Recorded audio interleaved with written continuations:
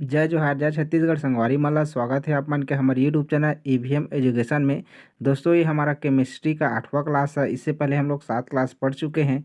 चलिए दोस्तों, हम लोग बिना किसी देरी के वीडियो को स्टार्ट करते हैं।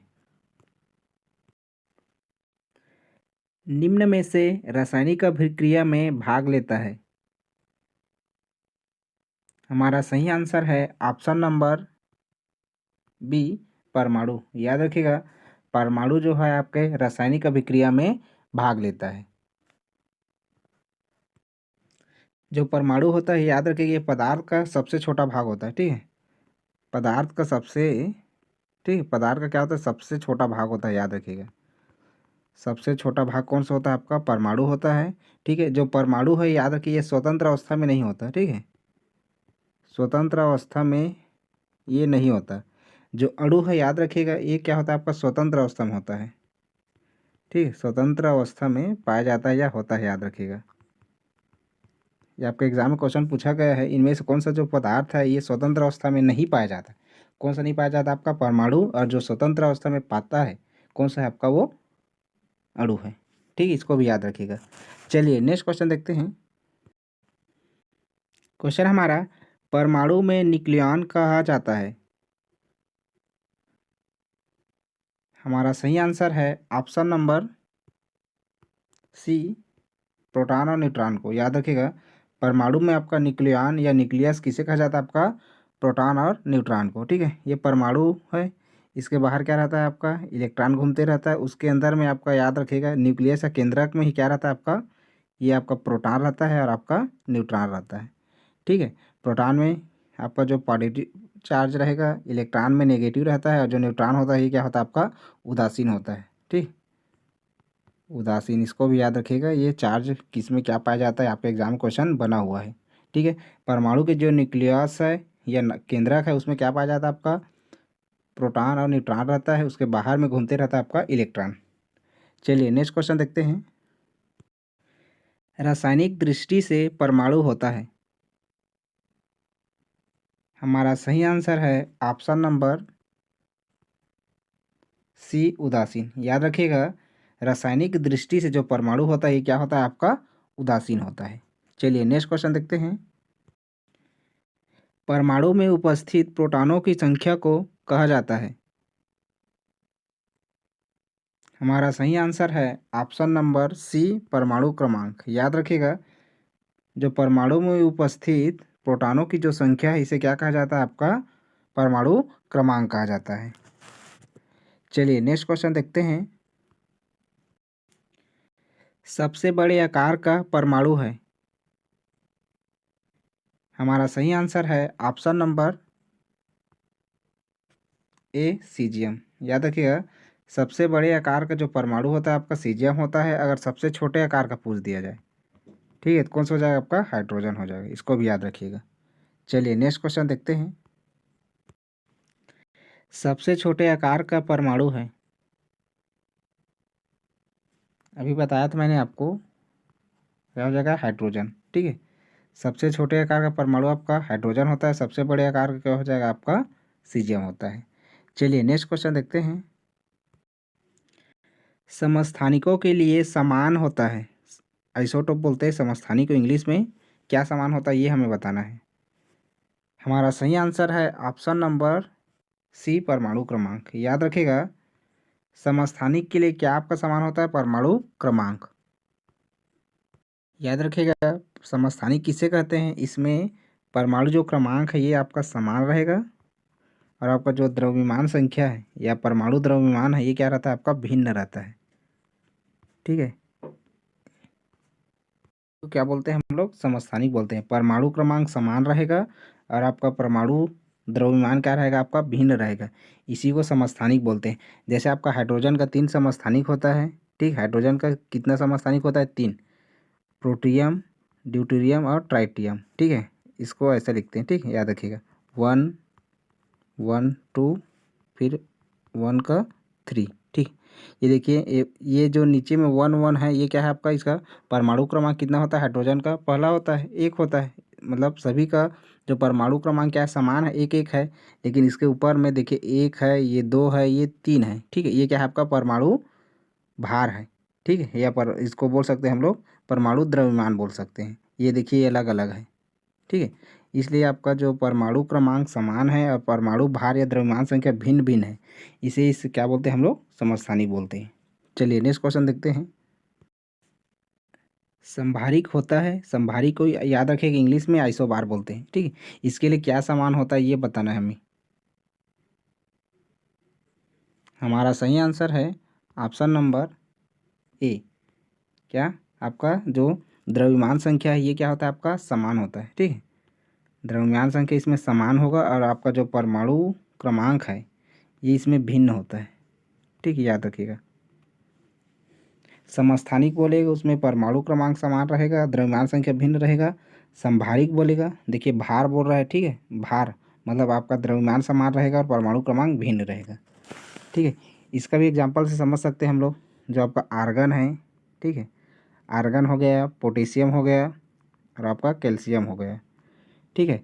इसका याद रखिएगा जो परमाणु क्रमांक इसका कितना होता है आपका 18, इसका 19 और इसका 20 होता है, ठीक है।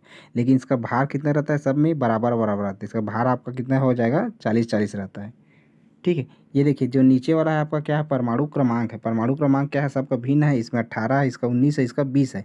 लेकिन भार क्या रहता है, इसमें सब में समान रहता है 40-40-40।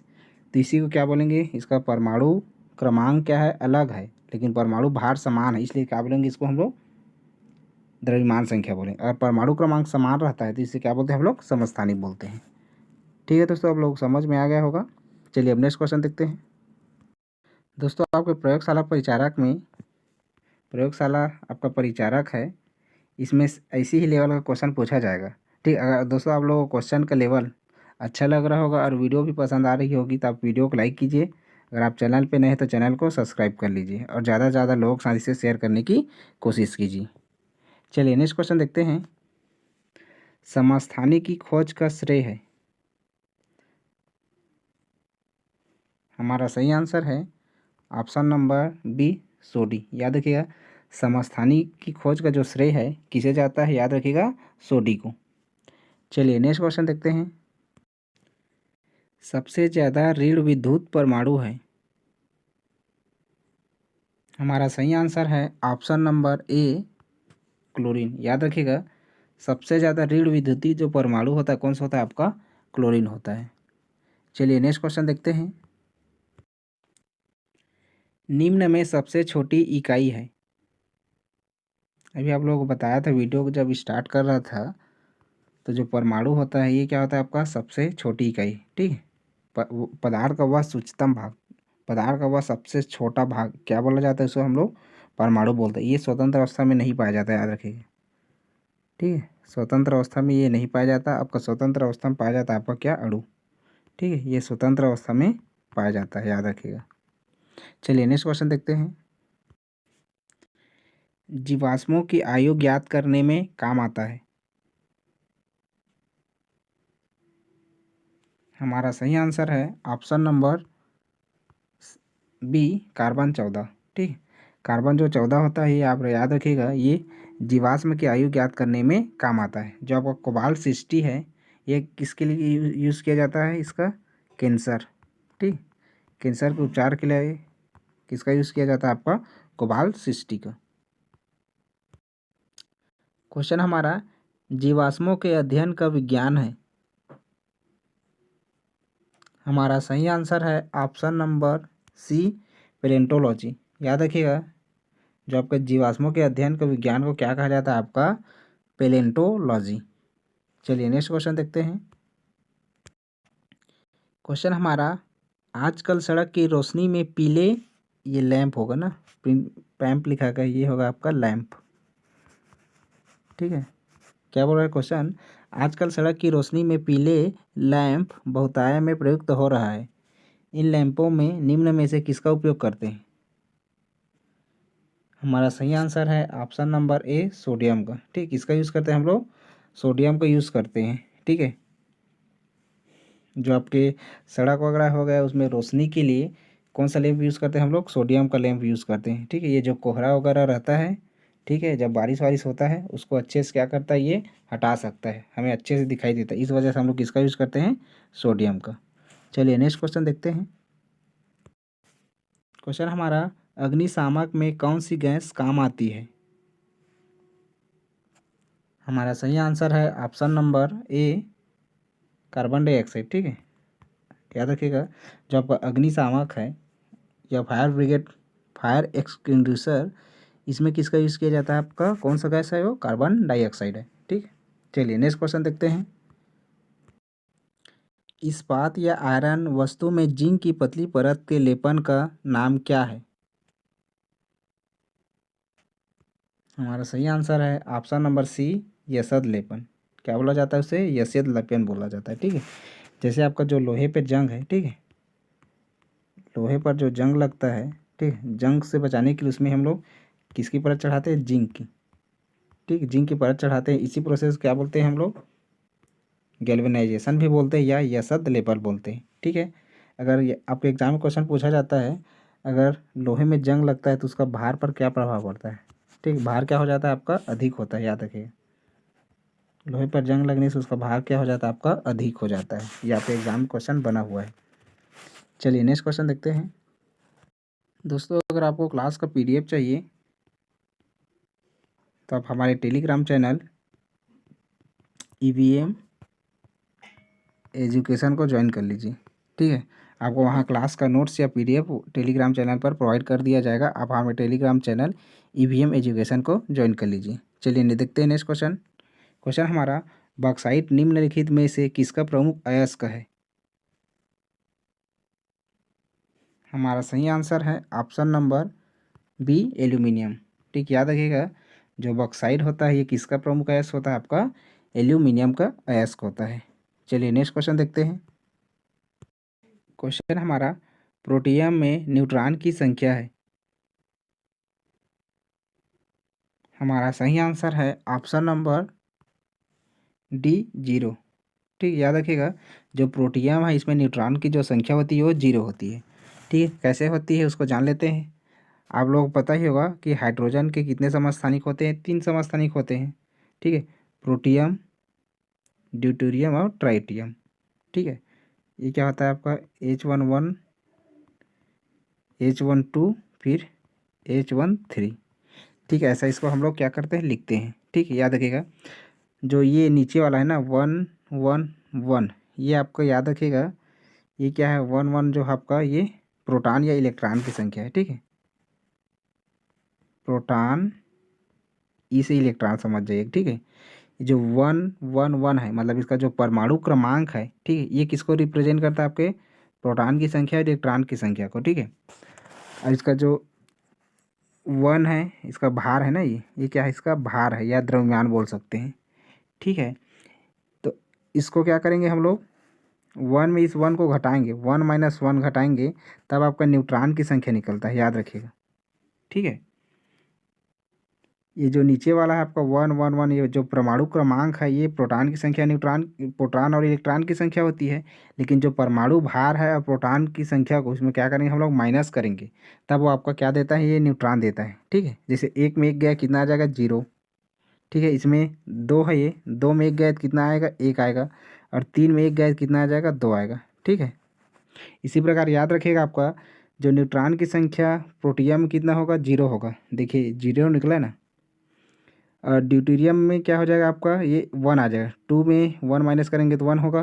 3 में 1 माइनस करेंगे 2। तो ट्राइटियम में अगर पूछ दिया जाए कि न्यूट्रॉन की संख्या कितना हो जाएगा? 2 हो जाएगा। ऐसा निकालते हैं, याद रखिएगा आप लोग। इसको कॉपी में नोट डाउन कर लीजिएगा, आपको एग्जाम में कहीं से भी कुछ भी क्वेश्चन पूछ सकता है। ठीक है, हमें सब तरफ से क्या करना है? प्रिपेयर रहना है।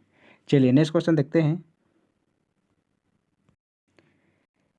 ट्राइटियम में न्यूट्रॉन की संख्या है, अभी आप लोग को बताया था, कितना है आपका? 2। ठीक है, ट्राइटियम, ठीक है, इसमें 3 - 1 कितना आ जाएगा? 2। ये आपका न्यूट्रॉन की संख्या बताता है। और जो आपका ये परमाणु क्रमांक है ये आपका प्रोटॉन और इलेक्ट्रॉन की संख्या बताता है। याद रखिएगा। ठीक, कितना आ जाएगा? 2। चलिए नेक्स्ट क्वेश्चन देखते हैं। क्वेश्चन हमारा, 6 कार्बन 12 न्यूट्रॉन की संख्या है, मतलब इसको ऐसा लिखा हुआ है। ठीक है, ये तो न्यूट्रॉन की संख्या के लिए क्या करते थे हम लोग? जो परमाणु भार उसमें परमाणु क्रमांक को क्या करते हैं हम लोग? माइनस करते हैं। तो 12 में -6 करें, कितना आ जाएगा? 6। कितना हो जाएगा हमारा सही आंसर? ये।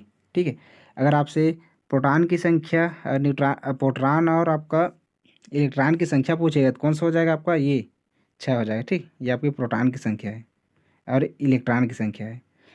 ठीक है, जो परमाणु क्रमांक है प्रोटॉन की संख्या और इलेक्ट्रॉन की संख्या है। लेकिन हमें न्यूट्रॉन की संख्या निकालने के लिए क्या करते हैं हम लोग, जो परमाणु भार है और परमाणु क्रमांक मतलब 12 में हम लोग 6 को माइनस कर देंगे, ये आपका क्या निकल जाएगी, ये न्यूट्रॉन की संख्या। याद रखिएगा, ऐसे ही निकालेंगे आप लोगों को, कुछ भी क्वेश्चन में आपका दे दिया रहेगा, आपको कॉन्सेप्ट पता होना चाहिए। चलिए नेक्स्ट क्वेश्चन देखते हैं। क्वेश्चन हमारा ये है आपका C6। ठीक है, ये परमाणु क्रमांक कार्बन का 6 होता है और भार आपका 14 में इलेक्ट्रॉन की संख्या है। अभी आप लोगों को बताया था ये जो नीचे वाला है परमाणु जो क्रमांक है ये प्रोटॉन और इलेक्ट्रॉन की संख्या को रिप्रेजेंट करता है। वो इन दोनों को माइनस करेंगे तो ये किसको रिप्रेजेंट करता है, आपका न्यूट्रॉन को। देखिए ऐसी क्वेश्चन आपके एग्जाम में पूछा जाएगा केमिस्ट्री में। ठीक है, याद रखिएगा, कहीं से भी कुछ भी क्वेश्चन दिया रहेगा, हमको कॉन्सेप्ट बस क्या है पता होना चाहिए। ठीक है, अभी बताया था आप लोगों को जो नीचे वाला है परमाणु क्रमांक ये प्रोटॉन और इलेक्ट्रॉन की संख्या बताता है, और जो परमाणु भार में परमाणु क्रमांक को माइनस करेंगे क्या होता है, ये आपका न्यूट्रॉन की संख्या बताता है। कितना, देखिए कितना सिंपल है ये। चलिए नेक्स्ट क्वेश्चन देखते हैं। परमाणु में प्रोटॉन संख्या किसके बराबर होती है। देखिए अभी भी इसको मैंने बताया था, क्या ये आपका इलेक्ट्रॉन की संख्या के बराबर होता था। जैसे अभी क्वेश्चन था आपका, ये क्वेश्चन था। ठीक है, इसमें जो ये नीचे जो परमाणु क्रमांक है ये आपका प्रोटॉन और इलेक्ट्रॉन की संख्या बताता है, मतलब दोनों का संख्या क्या हो जाएगा, इसमें बराबर हो जाएगा। इन दोनों को माइनस करते थे, ये न्यूट्रॉन की संख्या बताता था आपका। जो पढ़ाया है वही आपके एग्जाम में क्वेश्चन आएगा, ऐसे ही क्वेश्चन आपके एग्जाम में पूछा जाता है। ठीक है, कॉन्सेप्ट बस आपका क्लियर हो बस, बाकी कहीं से भी कुछ भी क्वेश्चन उठाए ना, हमको क्या है कॉन्सेप्ट पता है तो हम बना ही लेंगे आंसर को। चलिए नेक्स्ट क्वेश्चन देखते हैं। द्रव्यमान रहित कण है। हमारा सही आंसर है ऑप्शन नंबर सी, फोटॉन। द्रव्यमान रहित कण आपका फोटॉन है, मतलब ये आपका प्रकाश या ऊर्जा से संबंधित, याद रखिएगा। ठीक है, जो फोटॉन है याद रखिए ये आपके प्रकाश या ऊर्जा से संबंधित है। ठीक है, याद रखिए जो न्यूट्रॉन है, न्यूट्रॉन में कौन सा आवेश रहता है, याद रखिएगा आपका उदासीन। उदासीन, ठीक है। इलेक्ट्रॉन पर क्या रहता है, आपका नेगेटिव रहता है, और जो आपका पॉजिट्रॉन इसमें याद रखिएगा पॉजिटिव रहता है। ठीक है, न्यूट्रॉन की खोज किसने की थी, चैडविक ने की थी। ये खोज आता है ना आपका चैडविक। और इलेक्ट्रॉन की खोज किसने की थी, थॉमसन ने। ठीक है, थॉमसन ने। और पॉजिट्रॉन की खोज एंडरसन ने किया था। ठीक, क्या एंडरसन ने किया था। ये खोज से आता है दोस्तों, आप लोगों को याद रखिएगा। ठीक, इसकी खोज किसने की थी, ये आपके एग्जाम में क्वेश्चन पूछा गया। इसके लिए मैं एक ट्रिक बताऊंगा आपको। क्वेश्चन हमारा, पृथ्वी पर सबसे ज़्यादा मात्रा में पाए जाने वाले तत्व है। हमारा सही आंसर है ऑप्शन नंबर डी, ऑक्सीजन। याद रखिएगा क्या बोला है, पृथ्वी पर सबसे ज़्यादा मात्रा में पाए जाने वाले तत्व, ठीक है, आपके ऑक्सीजन है। याद रखिएगा, अगर वायु में पूछ दिया जाए, ठीक है, वायु में सबसे ज़्यादा मात्रा में पाए जाने वाला तत्व कौन सा, आपका नाइट्रोजन। याद रखिएगा, कन्फ्यूजिंग वाला क्वेश्चन आपके एग्जाम में पूछता है। याद रखिए, पृथ्वी पर सबसे ज़्यादा मात्रा में पाए जाने वाले तत्व ऑक्सीजन। वायु में याद रखिएगा, वायु में पाए जाने वाले सबसे ज़्यादा मात्रा में कौन सा तत्व है, नाइट्रोजन। अब पृथ्वी के गर्भ में, याद रखिएगा, पृथ्वी के गर्भ में पाए जाने वाले या सबसे ज़्यादा मात्रा में पाए जाने वाले तत्व कौन सा हो जाएगा, आपका एल्यूमिनियम। ठीक है, तीनों को याद रखिएगा। अब ब्रह्मांड में याद रखिएगा, ब्रह्मांड में पाए जाने वाले जो कौन सा तत्व है सबसे ज़्यादा, आपका हाइड्रोजन है। सॉरी, क्या है आपका, हाइड्रोजन। देखिए ये 4 क्वेश्चन है, इसको बता दे रहा हूँ आपको, ये आपके एग्जाम में क्वेश्चन एक न एक बनेगा ही। ठीक, क्योंकि यहाँ कन्फ्यूज़न है ज़्यादा। क्वेश्चन हमारा, वायु में सबसे ज़्यादा कौन सा तत्व पाया जाता है। अभी बताया था आपको, वायु बोलेगा तो कौन सा आ जाएगा, आपका नाइट्रोजन। ठीक है, वायु में कौन सा आता है, आपका नाइट्रोजन आता है। पृथ्वी पर बोलेगा तो आपका ऑक्सीजन आएगा। चलिए नेक्स्ट क्वेश्चन देखते हैं। पृथ्वी के गर्भ में कौन सा तत्व सबसे ज़्यादा पाया जाता है। अभी आप लोगों को बताया था इसका भी आंसर, गर्भ में कौन सा पाया जाता है, आपका एल्यूमिनियम। ठीक है, ब्रह्मांड में आपका क्या हो जाएगा, ब्रह्मांड में आपका हो जाएगा हाइड्रोजन। चलिए नेक्स्ट क्वेश्चन देखते हैं। ब्रह्मांड में सबसे ज़्यादा मात्रा में पाए जाने वाला तत्व है। देखिए अभी बताया था आपको, ब्रह्मांड में कौन सा हो जाएगा आपका, हाइड्रोजन। ठीक, ब्रह्मांड में कौन सा होता है आपका, आपका हाइड्रोजन होता है, सबसे ज़्यादा मात्रा में पाए जाने तत्व है। ठीक, याद रखिएगा जो ऑस्मियम है ये सबसे भारी, याद रखिएगा सबसे भारी तत्व है। याद रखिए सबसे भारी तत्व कौन सा है आपका, ऑस्मियम है। और जो लिथियम है ये क्या है आपका, याद रखिएगा सबसे हल्की ये एग्जाम में क्वेश्चन पूछा गया है दोस्तों, याद रखिएगा धातु। ठीक है, कौन सी है आपकी, लिथियम।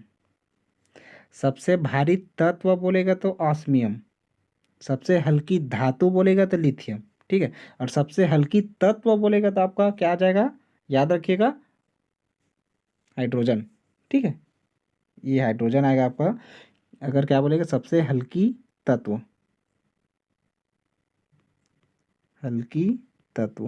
याद रखिएगा। देखिए कंफ्यूज नहीं होना है, सबसे हल्की धातु बोलेगा तो लिथियम आएगा, और सबसे हल्की तत्व बोलेगा तो आपका हाइड्रोजन आएगा, या सबसे हल्की अधातु बोलेगा तो भी आपका हाइड्रोजन आएगा, क्योंकि हाइड्रोजन क्या है आपका, अधातु है। चलिए नेक्स्ट क्वेश्चन देखते हैं। निम्न में सबसे हल्का तत्व है।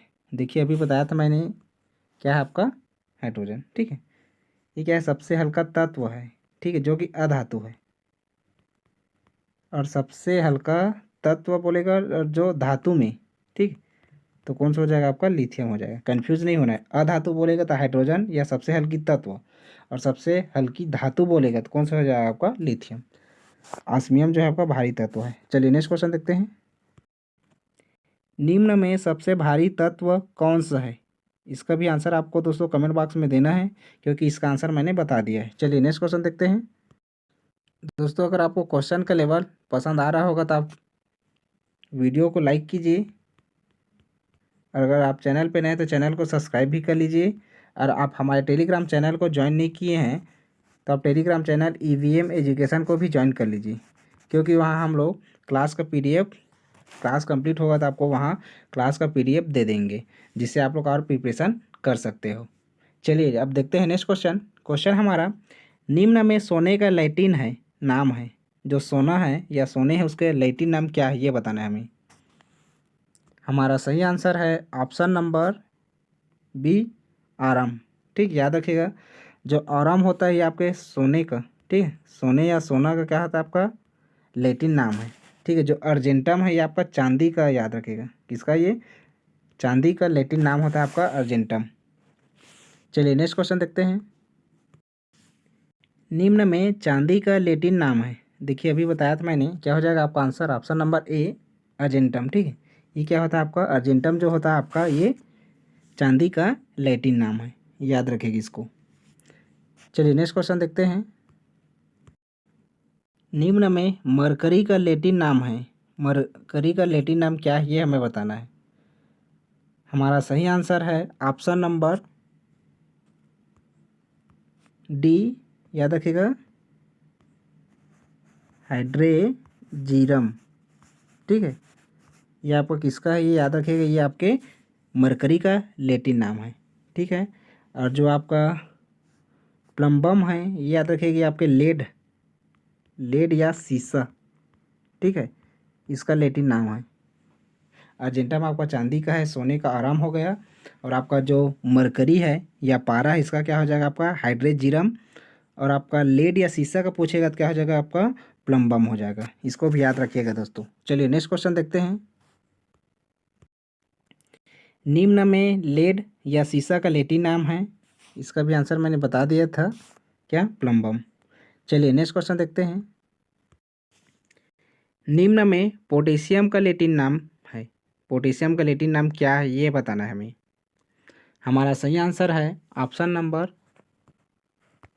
बी, केलियम। याद रखिएगा जो पोटेशियम है इसका लैटिन नाम क्या होता है आपका, केलियम होता है। चलिए नेक्स्ट क्वेश्चन देखते हैं। निम्न में टीन का लैटिन नाम है, अब हमें टीम का बताना है, किसका है टीन का, ये हो जाएगा आपका स्टेनम। ठीक, याद रखिएगा टीन का क्या हो जाएगा आपका, स्टेनम हो जाएगा। चलिए नेक्स्ट क्वेश्चन देखते हैं। निम्न में सोडियम का लैटिन नाम है। हमारा सही आंसर है ऑप्शन नंबर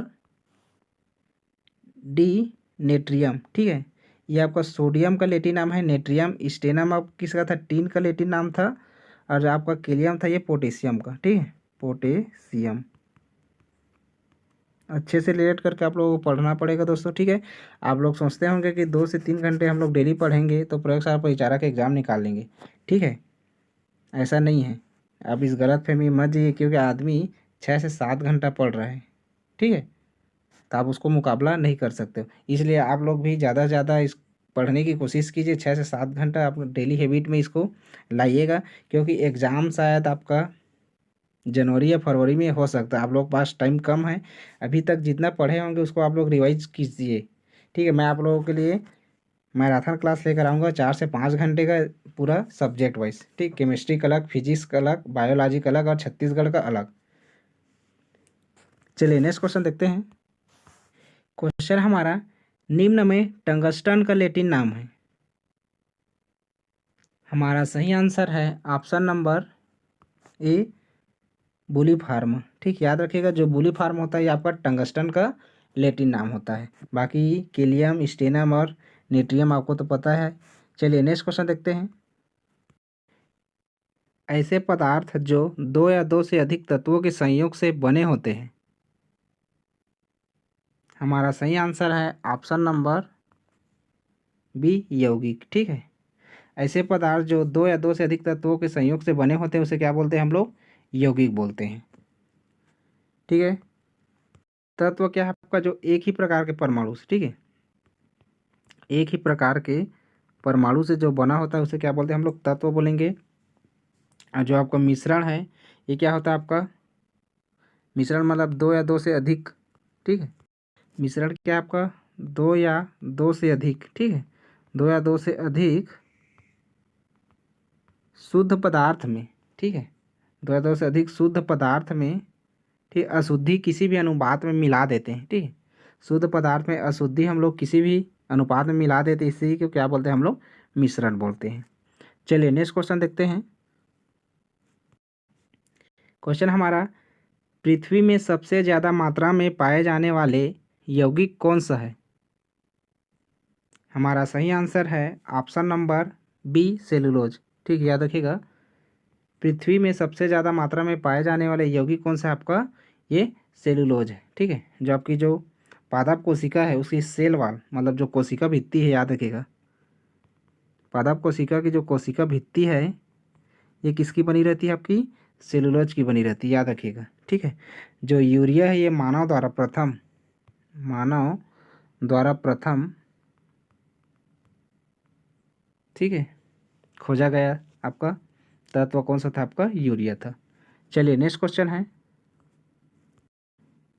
क्वेश्चन हमारा, मानव द्वारा निर्मित प्रथम कार्बनिक यौगिक कौन सा, अभी बताया था आपको यूरिया है। ठीक है, क्या था, मानव द्वारा निर्मित प्रथम कार्बनिक यौगिक आपको कौन सा है, यूरिया है। सॉरी, वहाँ मैं तत्व बोल दिया था। ठीक है, ये यौगिक था वो। ठीक, याद रखिएगा, क्या है आपका, यूरिया हो जाएगा। मानव द्वारा निर्मित प्रथम कार्बनिक यौगिक आपका यूरिया है। सेलुलोज आपकी कोशिका भित्ति जो सेलुलोज की बनी होती है, याद रखिएगा। चलिए नेक्स्ट क्वेश्चन देखते हैं। पादप कोशिका भित्ति किसकी बनी होती है, अभी बताया था आपको सेलुलोज की। ठीक, जो पादप कोशिका भित्ति किसकी बनी होती है, याद रखिएगा, आपका सेलुलोज की बनी होती है। चलिए नेक्स्ट क्वेश्चन देखते हैं। क्वेश्चन हमारा, निम्न में एक यौगिक है। हमारा सही आंसर है ऑप्शन नंबर ए, जल। ठीक, याद रखना, क्या है, जल। यौगिक किसे बोलते हैं, 2 या 2 से अधिक।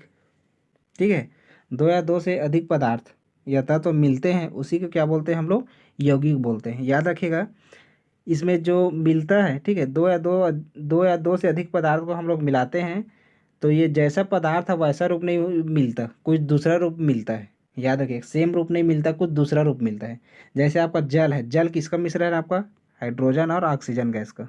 ठीक है, क्या है, जल किसका मिश्रण है आपका, हाइड्रोजन ऑक्सीजन गैस का। ठीक है, तो क्या बनता है ये H2O। H2O को क्या बोलते हैं हम लोग, जल बोलते हैं। देखिए ये क्या है आपका हाइड्रोजन गैस है, ऑक्सीजन भी गैस है, लेकिन इसका जो फॉर्म है ये क्या है आपका जल है, मतलब किसी फॉर्म में हो रहा है, ये लिक्विड फॉर्म में। ठीक है, याद रखिएगा। यौगिक जो है दो या दो से अधिक पदार्थ के संयोग से आपका वो यौगिक बनता है, लेकिन जो यौगिक है उन दोनों का रूप जो है मिलने के बाद अलग हो जाता है, इसको याद रखिएगा आप लोग। ठीक है, हाइड्रोजन गैस है, ऑक्सीजन भी गैस, लेकिन मिलकर क्या बन रहा है, ये लोग दोनों गैस, लेकिन क्या बन रहा है आपका लिक्विड बन रहा है, जल बन रहा है। ठीक, याद रखिएगा। अब जो आपका मिश्रण है, याद रखिएगा, मिश्रण है, इसमें जो पदार्थ को मिलाएंगे, ठीक है, वही पदार्थ देगा ये। ठीक है, इसमें दो पदार्थ जो मिलेगा आपका तो सेम ही पदार्थ देगा, वो अलग नहीं देगा, उसी क्या बोलते हैं हम लोग, मिश्रण बोलते हैं। जो बारूद होता है, याद रखिएगा, ये क्या होता है आपका मिश्रण में आता है। किस में आता है आपका, ये मिश्रण में आता है, याद रखिएगा। चलिए नेक्स्ट क्वेश्चन देखते हैं।